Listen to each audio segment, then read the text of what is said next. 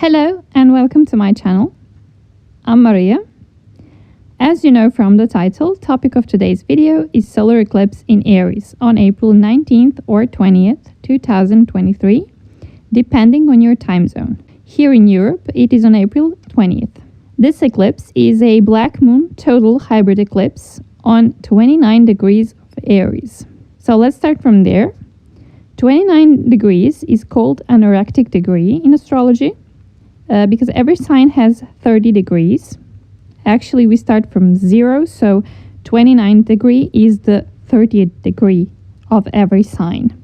It's the very last degree of every sign. It implies an ending. What that means is that we have reached the finish line in at least one area of our lives. Now, although 29 degrees implies an ending, the sign of Aries implies a new beginning. What this means is that we are finishing something in order to start fresh in that area or those areas of our lives. Eclipses bring forced change. So whether we like it or not, we're done with our job or current workplace or with a relationship. We have to move. So something big is happening, something big is ending in order for something new to start. Solar eclipses bring external events that force us to change. So the change is inevitable. It's going to unfold in about 6 months from now. And the biggest thing you can see, the biggest sign of the eclipse personally for us psychologically currently, is that you may notice you're overly exhausted or you're overly anxious and you're not sure why. Now what we have here is a solar eclipse in Aries, yes, because it's happening on 29 degrees of Aries, but our north node, so the lunar nodes are the reason why we have eclipse. We need to have a new moon or a full moon with 18 degrees of lunar nodes in order to call it an eclipse. So what we have is the north node is still in Taurus.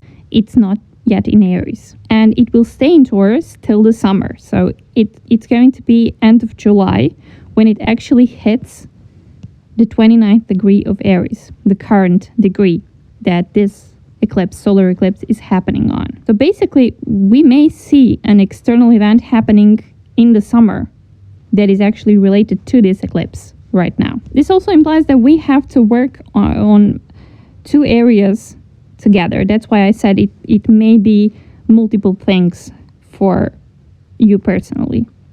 So it may be that one thing ends in Aries, but another one needs to start in Taurus. Or it may mean that you need resources from the Taurus area of your chart in order to finish something or start something new in the Aries area of your chart. Something very particular on this occasion is that Pluto is squaring the nodes, the lunar nodes. What that means, it means that it's squaring this solar eclipse. So Pluto is on 0 degrees Aquarius. This is brand new, so we never had this energy before. We never felt it. We never experienced it in our lifetime. So the energies that we are working with on this solar eclipse are brand new. Pluto is going to go retrograde in May, and it's going to hit that 29 degree of Capricorn, so a square degree from this eclipse on 11th of June. So basically, we have like June, July, August.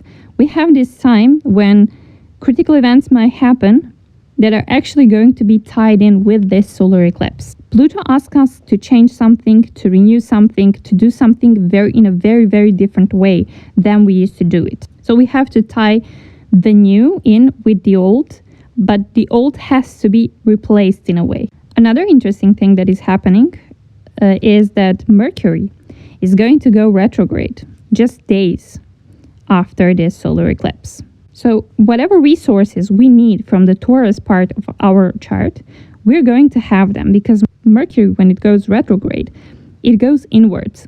It repeats something, helps you remember things, takes you back to the past, takes you back to the basics. Aries has a brand new energy to it.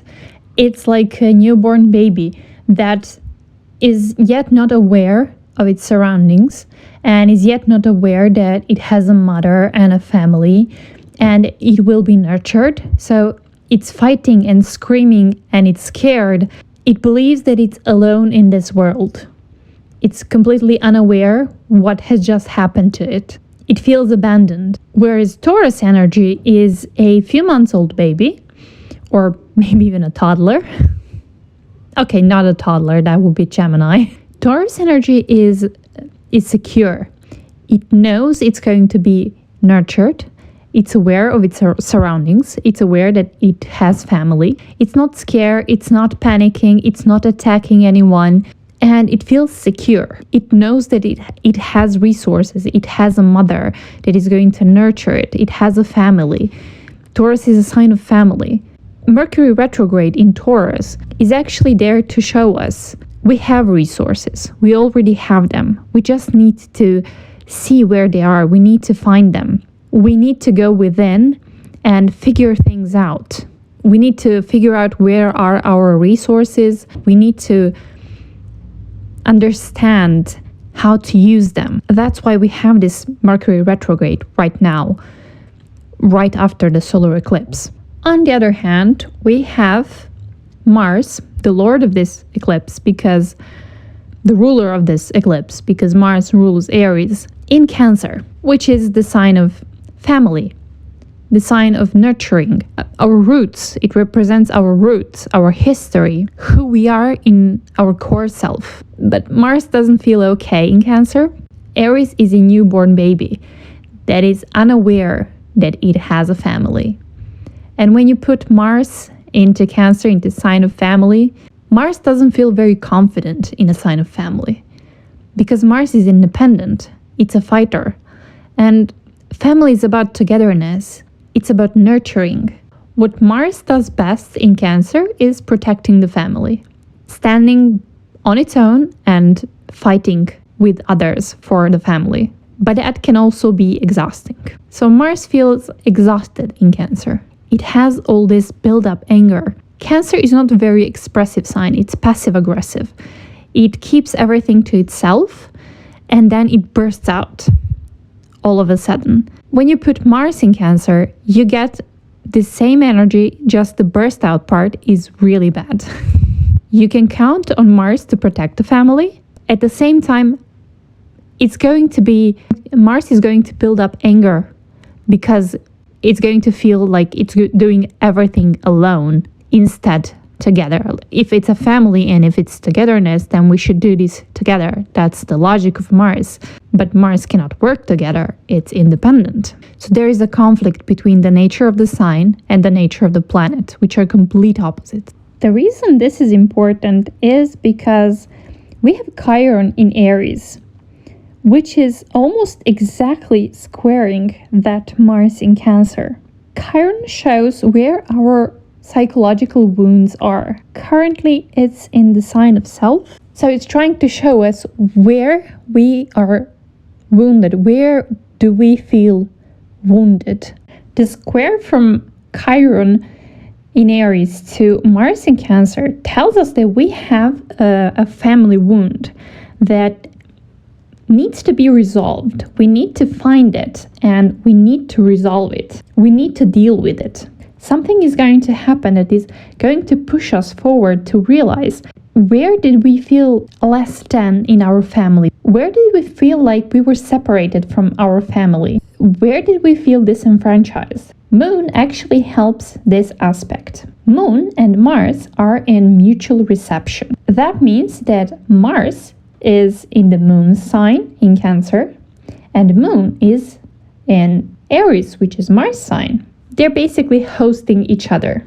Moon represents our emotions, both square from Chiron to Mars, and this mutual reception between Mars and Moon show us that we're going to have a certain emotional crisis related to our family during this solar eclipse. And our old family wounding will probably be resolved through that crisis. Then we have the fact that both Moon and the Sun are going to change signs in a matter of hours. So they're going to go from Aries to Taurus in a very short time. And after squaring Pluto, which is the first thing they're going to do, that's the first aspect, The square from Pluto is going to be transformative. So your emotions are probably going to transform. Something about your understanding is going to transform. Then it reaches a sextile with Saturn. So Saturn sextiles first moon, and then in a few days it's going to sextile the sun. Saturn is currently in Pisces. What Saturn in Pisces does is making our dreams reality. It's making us more responsible for what we dream about. So whether it is an actual wishful thinking or it can be grounded in a reality, which is Saturn. This sextile from Saturn actually helps us understand better our future. What do we actually want? What do we actually wish? In which direction are we supposed to go? Lastly, in 2 weeks' time, we are going to have lunar eclipse in Scorpio, which is going to help us release some of these energies. If you want to hear my take on the upcoming Mercury retrograde and the lunar eclipse in Scorpio, subscribe. If not, timestamps for all signs will be below. I'm a tropical astrologist and I made this prognosis from the perspective of your rising sign and the whole sign house system.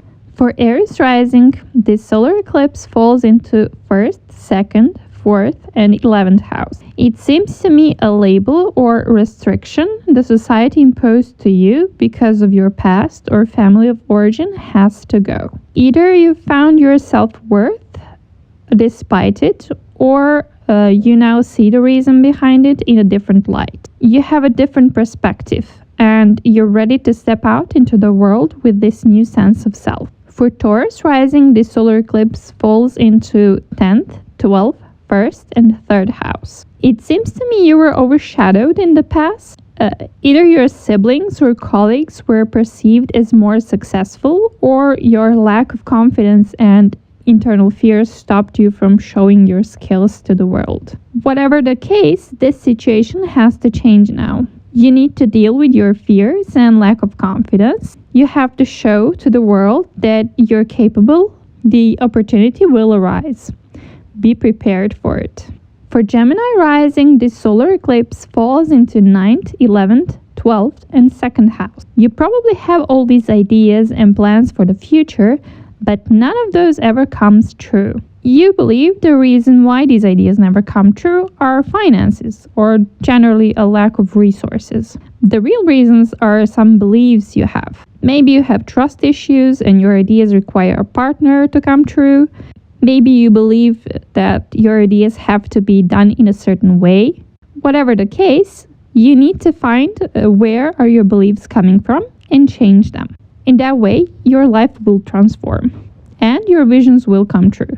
For Cancer rising, this solar eclipse falls into 8th, 10th, 11th, and 1st house. It seems to me your vision for the future has to change. World has to meet new you. New public image, new friends, new goals.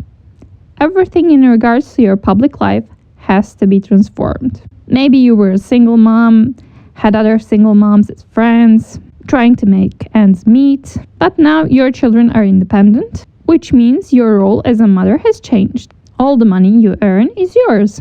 This is your opportunity to make your dreams come true.